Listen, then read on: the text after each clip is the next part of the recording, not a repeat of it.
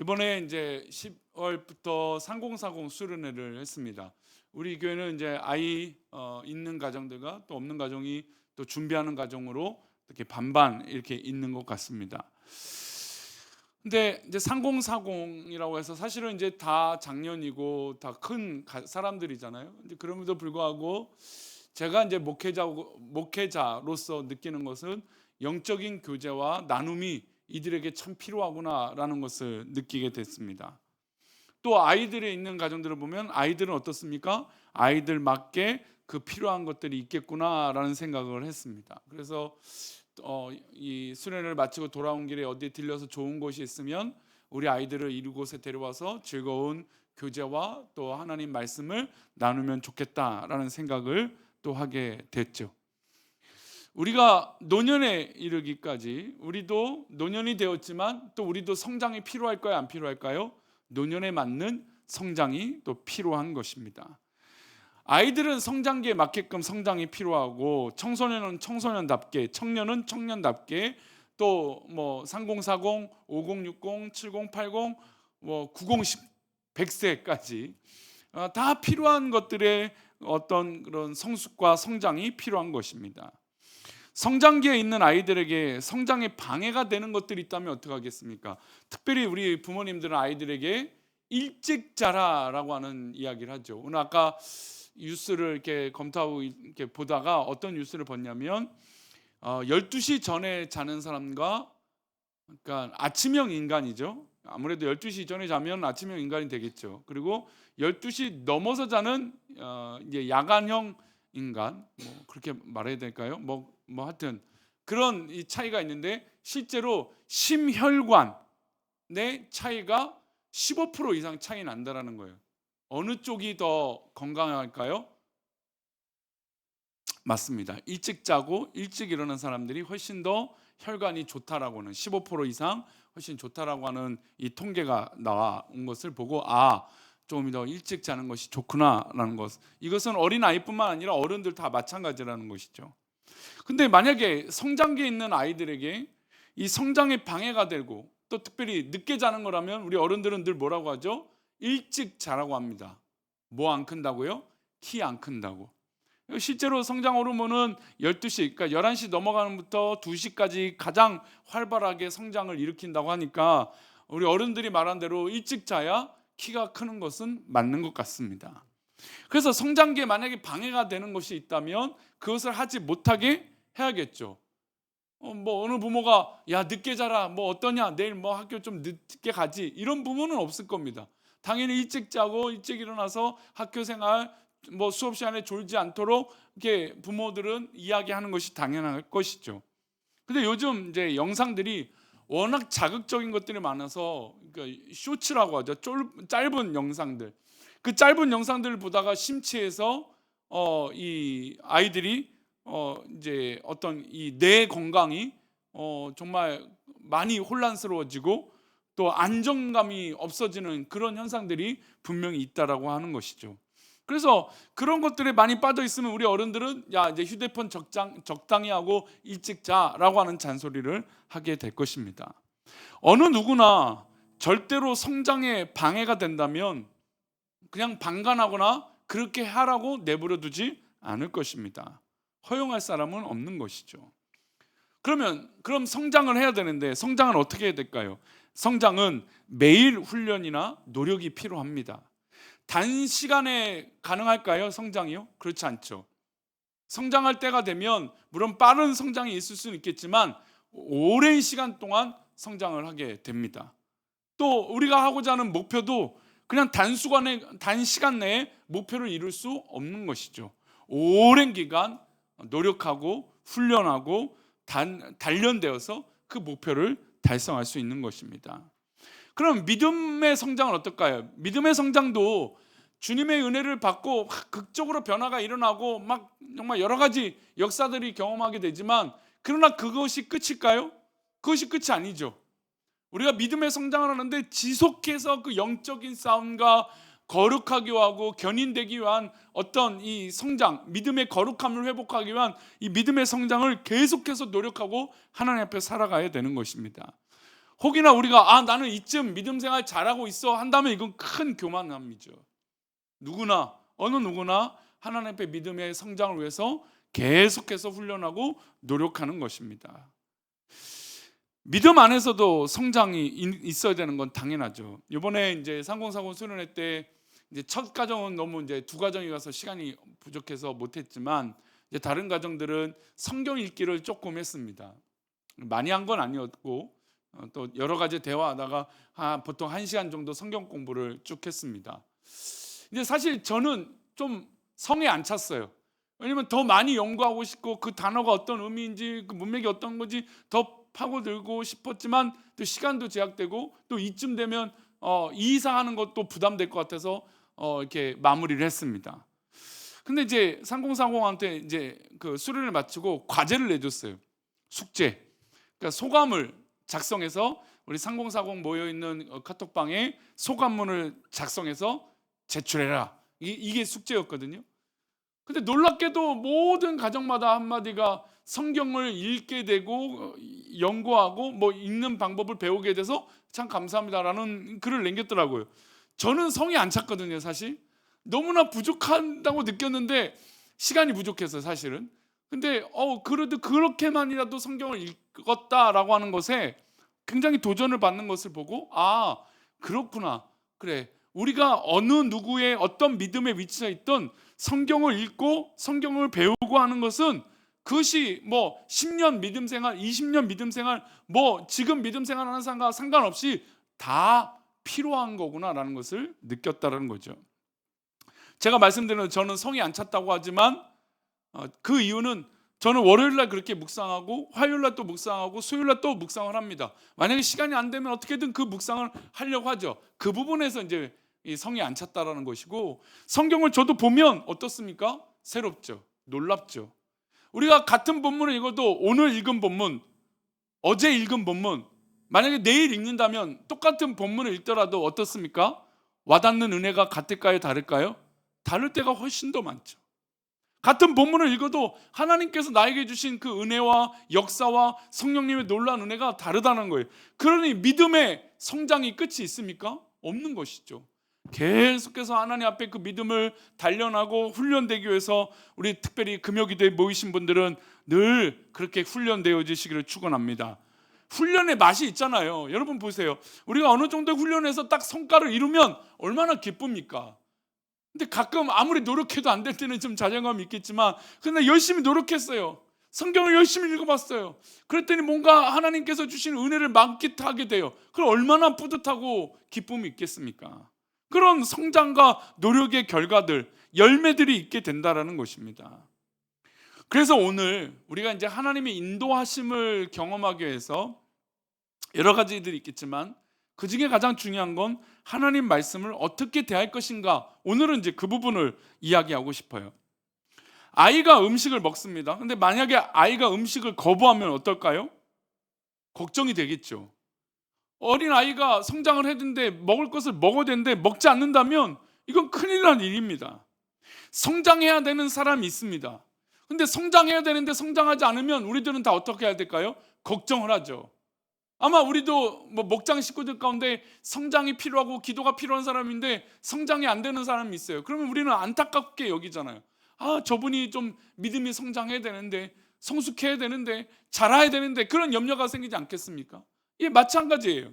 우리의 영적인 모습이 성장하지 않고 때로는 하나님 말씀, 하나님의 인도하심을 거부한다면 우리는 결단코 성장이 일어날 수 없습니다. 이게 왜 중요하냐면 믿음의 성장을 하지 않으면서 교회 안에서는 나는 성장한 대접을 받기를 원한다는 거예요. 이게 무슨 얘기냐면 어린아이가 아직 어린아이인데 나는 어른 대접해달라는 것과 똑같은 얘기예요. 아직 어린아이예요. 영적으로나 뭐 신앙적으로 보면 아직 어린 거죠. 근데 교회 안에서 사람들과 있다 보니까 나는 어떤 사람으로 대접받고 싶어요? 성장한 사람으로 대접받고 싶은 거예요. 여러분 여기에는 큰 함정이 있는 거예요. 하나님 말씀으로 내가 매일 성장하고 매일 겸손해져야 되는데 나는 이쯤 하면 됐다. 하나님 앞에 말씀을 사모하지 않고 이 정도면 됐다라고 하는 그 자기 만족 가운데 있으면 결국 그 사람은 성장할 수 없는 거예요. 늘 그러겠죠. 만약에 뭔가 문제가 생겼을 때 그 문제를 이야기하면 받아들이는 사람은, 매일 하나님 앞에 훈련되는 사람은 받아들여요. 근데 훈련으로 받아들이지 않는 사람은 어떻게 될까요? 그 어떤 이야기나 훈계나 말씀을 내 말씀으로 여기지 않아요. 저 사람 이야기라고. 여러분, 제가 늘 말씀드리지만 나를 타켓으로 하는 말씀을 하지만 하나님은 늘 그 말씀은 누구를 위한 말씀입니까? 누구를 위한 말씀이에요? 나를 위한 말씀이잖아요. 목사는 어떻게 할지 모르지만 중요한 것은 하나님의 말씀은 나에게 주시는 말씀이에요. 근데 믿음으로 성장하고 훈련되지 않으면 그거를 귀담아 들을까 안 들을까요? 귀담아 안 들어요. 아무리 얘기해도 안 들려요. 왜요? 자기 만족하고 있거든요. 이쯤 하면 됐다고 생각하거든요. 기도하지 않는데 기도하지 않는다고 말해도 나는 괜찮대요. 기도 좀 하라고 해도 안 돼요. 말씀 좀 읽으라도 안 돼요. 여러분, 우리가 그렇게 하면서 교회 안에서는 대접받고 인정받고 뭔가 하기를 바란다? 여러분, 이거는 이래서는 건강한 교회, 건강한 성도가 될 수 없어요. 그러면 어떻게 말씀을 사모해야 될까요? 이 귀한 말씀을 어떻게 하면 어떤 마음으로 읽어야 될까요? 한번 따라할까요? 은혜를 사모하며 말씀을 읽자. 말씀을 읽는데 은혜를 사모하는 거예요. 하나님 주신 은혜를 사모하며 말씀을 읽는 것이죠. 우리 베드로전서 2장 2절인데 다시 한번 볼까요? 갓난 아기들 같이 순전하고 신령한 젖을 사모하라. 이는 그로 말미암아 너희로 구원에 이르도록 자라게 하려 함이라. 갓난 아기들 같이 순전하고, 제가 서론에 말씀드린 대로 아기는 엄마의 젖을 먹고 또 분유를 먹고 이유식을 먹어야 건강하고 자라게 됩니다. 아이가, 여러분, 배가 고프면 어떻게 할까요? 아기들은 울어요. 아기들이 배고프면 울잖아요. 졸리면 어떻게 해요? 울어요. 재워달라고 울어요. 응아를 놨어요? 쌌어요? 그럼 어떻게 해요? 또 짜증을 내요. 울어요. 치워달라는 거죠. 근데 이걸 가지고 부모가, 야, 너는 네 스스로 밥도 안 먹고, 너는 어떻게 잠도 스스로 못 자고, 응아도 너는 왜 못 치우냐, 이럴 부모가 어디 있겠습니까? 아기는 다 해주고 다 도와주는 거죠. 아기는 부모에게 달라고 우는 것을 누구도 뭐라 할 수 없는 거예요. 근데 이제 가끔 이제 마트나 이런 데 가면 뭐 사달라고 짜증내는 아이들 만나면 조금 힘들죠. 저렇게 좀 다스리지 못하고 왜 저런 마트에서 애가 막 자지러지게 막 울고 그러면 저 왜 그럴까, 이제 그런 우린 염려가 있긴 하지만, 그러나 가정에서 아이가 부모에게 먹을 것을 달라, 또 뭐 치워달라 우는 것이 아무도 그것을 나쁘다고 얘기하지 않아요. 당연한 것이죠. 여러분, 하나님 말씀을 읽는 것, 하나님 말씀을 사모하는 것, 하나님의 은혜를 받고자 원하는 것은 바로 어린아이와 같은 그 심정이라는 것이죠. 부모의 어미의 젖을 사모하는 것처럼, 달라고 하는 것처럼 우리가 하나님 말씀을 그렇게 원하고 바라야 된다는 겁니다. 그러면 여러분 어떻습니까? 하나님의 말씀을 사모하면, 다시 말씀 띄워주세요. 그 말씀을 사모하면 어떻게 됩니까? 이는 그로 말미암아 너희로 뭘 얻게 돼요? 구원에 이르도록 자라게 된다는 겁니다. 부모의 젖을 먹어야 구원에 이르도록 된다는 겁니다. 그러면 그 신령한 젖은 뭡니까? 하나님 말씀이죠. 하나님 말씀을 사모하면 그로 말미암아 우리가 어디에 이르러요? 구원에 이르도록 우리가 자란다는 거예요.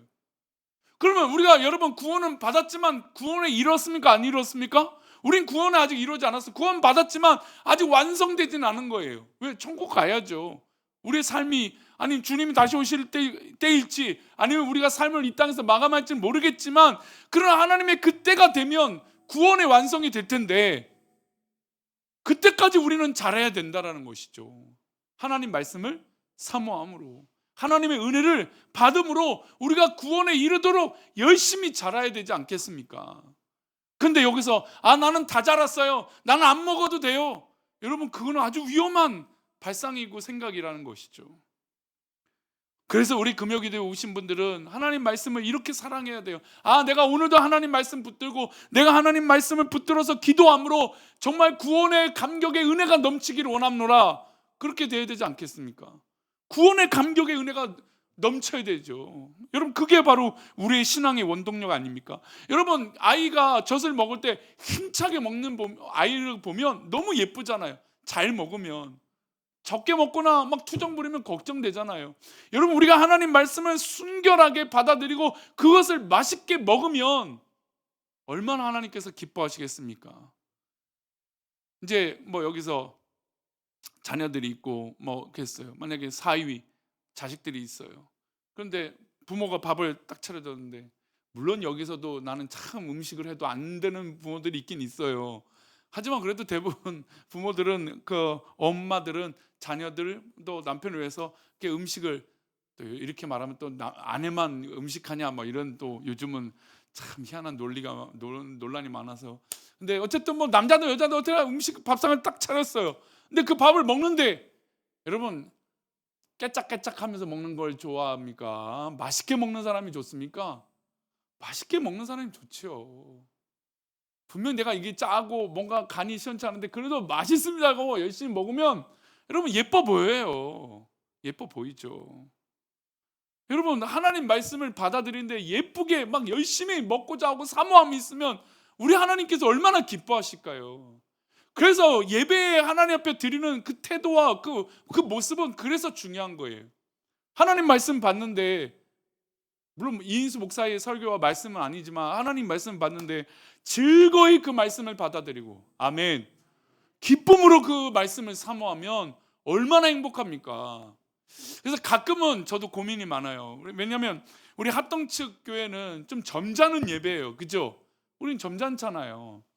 근데 뭐 이 오순절 순복음 교회나 뭐 이렇게 뭐 좀 뜨거운 교회들 가면 그냥 유독 막 아멘 아멘 하는 교회들이 있어요. 근데 뭐 그것이 또 옳다고만 말할 수는 없어요. 그냥 무슨 엉뚱한 농담하는데도 아멘 아멘 하니까, 이상한 얘기하는데도 아멘 아멘 하니까 그거는 뭐 옳지는 않은 것 같아요. 근데 그래도 예배에 집중하는 그 반응들을 보면 도전이 되죠. 우린 너무 점잖아요. 그렇죠? 너무 점잖아서 저랑 눈이 마주칠까봐 다들 이렇게 눈을 살짝 피해가면서 아멘 하면 티날까봐. 요즘 우리 교회에 좀 재밌는 현상들이 있는데, 은혜를 받는 분들이 저의 설교를 이제 따라서 하는 분들이 생기는데요. 그래서 주변에서 조용히 하라고. 그러니까 제가 설교를 하면 그렇다고 막 고개를 끄덕이면서 대꾸를 한다는 거죠. 그 얘기 들으면서 또 재밌어요. 주변에서는 좀 신경 쓰이죠. 그렇잖아요. 여기서도 막 특이하게 아멘 하면 안다면 저 양반 뭐 혼자 믿나 아마 그럴지도 몰라요. 근데 여러분, 우리가 하나님 말씀 받는데 사실은 그렇게 주변의 사람들의 눈치는 중요한 건 아니에요. 우리가 원래 그랬잖아요. 우리가 하나님 만나고 그 사랑을 느꼈을 때 옆 사람이 뭐가 중요해요? 내가 하나님 앞에 있는 게 중요하죠. 근데 아무래도 교회와 질서와 분위기가 있다 보니 점잖은 것뿐이지. 그러나 여러분 중심은 티나진 않지만 뜨거운 줄 믿습니다. 뜨거워야죠. 아무리 교회 분위기가 점잖아도 뜨거워야죠. 내 심장은 뛰어야고 막 열정이 불타오르죠. 하나님 말씀 받는데 주저하면 되겠습니까? 안 되겠죠. 어린 아이가 신령한 젖을 사모해서 구원에 이르도록 나가는 모습은 바로 그런 열정이 있는 거예요. 힘차게 어미의 젖을 좀 먹고자 하는, 정말 맛있게 먹고자 하는 그런 모습, 얼마나 귀합니까? 그런 모습으로 하나님 말씀은 사모하며 읽기를 축원합니다. 그러면 여러분, 이 말씀을 대하는 태도가 우리가 어떤 자세의 중심을 가져야 되느냐? 여러분, 우리가 잘 알다시피 모세가 후계자, 모세하면 위대한 지도자이죠. 위대한 지도자입니다. 근데 그의 후계자가 누구죠? 여호수아입니다. 여호수아 역시 위대한 정말 지도자입니다. 근데 그럼에도 불구하고 워낙 뛰어난 지도자가 모세였잖아요. 하나님 앞에 기도했던, 뭐 수많은 기적에 앞장섰던, 뭐 어떻게 보면 성경의 역사 가운데 가장 많은 기적을 행했던 사람 중에 한 사람, 그러니까 하나님의 능력으로 행했죠. 하나님의 능력을 힘입어 기적을 행한 사람 하면 누구를 손꼽을 수 있습니까? 모세겠죠. 애굽에 10가지 재앙을 내리게 하는데 그가 쓰임을 받았습니다. 출애굽할 때 홍해를 가르는 놀라운 역사를 지팡이 들며 하나님 앞에 부르짖을 때 바다가 갈라졌어요. 그리고 그 홍해에 누가 수장이 됐습니까? 애굽의 특공대들이, 기마병들이 그곳에 수장이 됐습니다. 물이 필요하면 바위에서 물이 나오게 했습니다. 먹을 것이 없다고 하니까 하나님 앞에 기도했더니 만나와 외출이가 내리는 놀라운 기적을 행했습니다. 그거 놀랍잖아요. 얼마나 기적입니까? 뭐 그것뿐입니까? 수많은 기적들이 모세를 통해서 일어났습니다. 그럼 대부분의 사람들은 그 모세의 기적을 보고 와 대단하다, 대부분 그래요. 왜냐하면 우리 한국 교회도 70년대, 80년대, 90년대 이 부흥이 일어났던 건 뭡니까? 유명한 부흥사들 때문에 부흥이 일어나기도 했잖아요. 근데 그 부흥 강사들이 대부분 어떤 이 달란트, 어떤 은사가 있었습니까? 신유의 은사들이 대부분 있었잖아요. 그 실제로 지금은 한국교회가 신유의 역사들이 많이 사그라들었지만 우리 한국교회 하나님 기름 부으셨을 때 얼마나 신유 역사가 일어났습니까? 병든 자가 일어나고 정말 걷지 못한 사람이 일어나고 환자들이 허리를 피게 되고, 저도 물론 우리 성도들에게 무릎이 아프면 무릎 안고 앉아놓고 기도하고 허리가 아프면 허리에 손을 대고 기도합니다. 하나님 분명히 응답해 주실 것을 믿고 기도합니다. 예, 기도해요. 그렇게 기도해요. 근데 그래도 이것과 비교하면 우리 70년, 80년, 90년 저도 뭐 어렸을 때 그런 이 어른들의 막 치료함을 보고 나왔거든요. 교회에 그렇게 발을 딛기도 했으니까. 여러분, 그런 역사가 있었던 놀라운 기적의 시대가, 그때가 누구의 시대예요? 모세의 시대잖아요. 그러니까 누구든 이스라엘 백성들 모두 다 모세하면 꿈뻑 죽는 거죠. 대단한 사람, 위대한 지도자, 그런 사람. 게다가 그 사람은 스펙이 어떻습니까? 분명히 죽어서 없어져야 될 그런 사람이 나일강에서 건져져서 왕의 아들로 자라게 되지 않습니까? 스펙으로 따져도 이 사람은 뭐 대단한 사람이에요. 그 이후에 누가 그 뒤를 이어서 가요? 여호수아가 그 뒤를 이어요. 그러면 여러분 얼마나 부담스러울까요? 얼마나 괴로울까요? 정말 잘못하면 어떻게 할까? 실수하면 어떻게 할까? 모세가 여호수아를 아들같이 여기는데 내가 영적 아비인 모세의 면을 못 세우면 어떡할까? 뭐 그런 생각들, 다양한 생각도 하지 않겠습니까? 하나님의 일은 당연하고요. 그런데 하나님께서 여호수아에게 주신 방법은 다른 방법이 아니었어요. 뭐 능력을 행하는 것, 기적을 행하는 것, 뭐 능력 있게 전투로 군대로서 장군으로서 그 역할을 하는 것, 그게 아니었어요. 우리 여호수아 1장 8절을 읽어볼까요? 우리가 너무나 잘 알고 외우기도 한 말씀이죠. 함께 읽겠습니다. 이 율법책을 내 입에서 떠나지 말게 하며 주야로 그것을 묵상하여 그 안에 기록된 대로 다 지켜 행하라. 그리하면 내 길이 평탄하게 될 것이며 내가 형통하리라. 예, 맞습니다. 이 율법책을 내 입에서 떠나지 말게 하라는 겁니다. 다른 방법이 아니에요. 능력을 주겠다, 신유의 역사를 주겠다, 어떤 달란트를 주겠다, 어떤 힘을 주겠다, 그게 아니었습니다.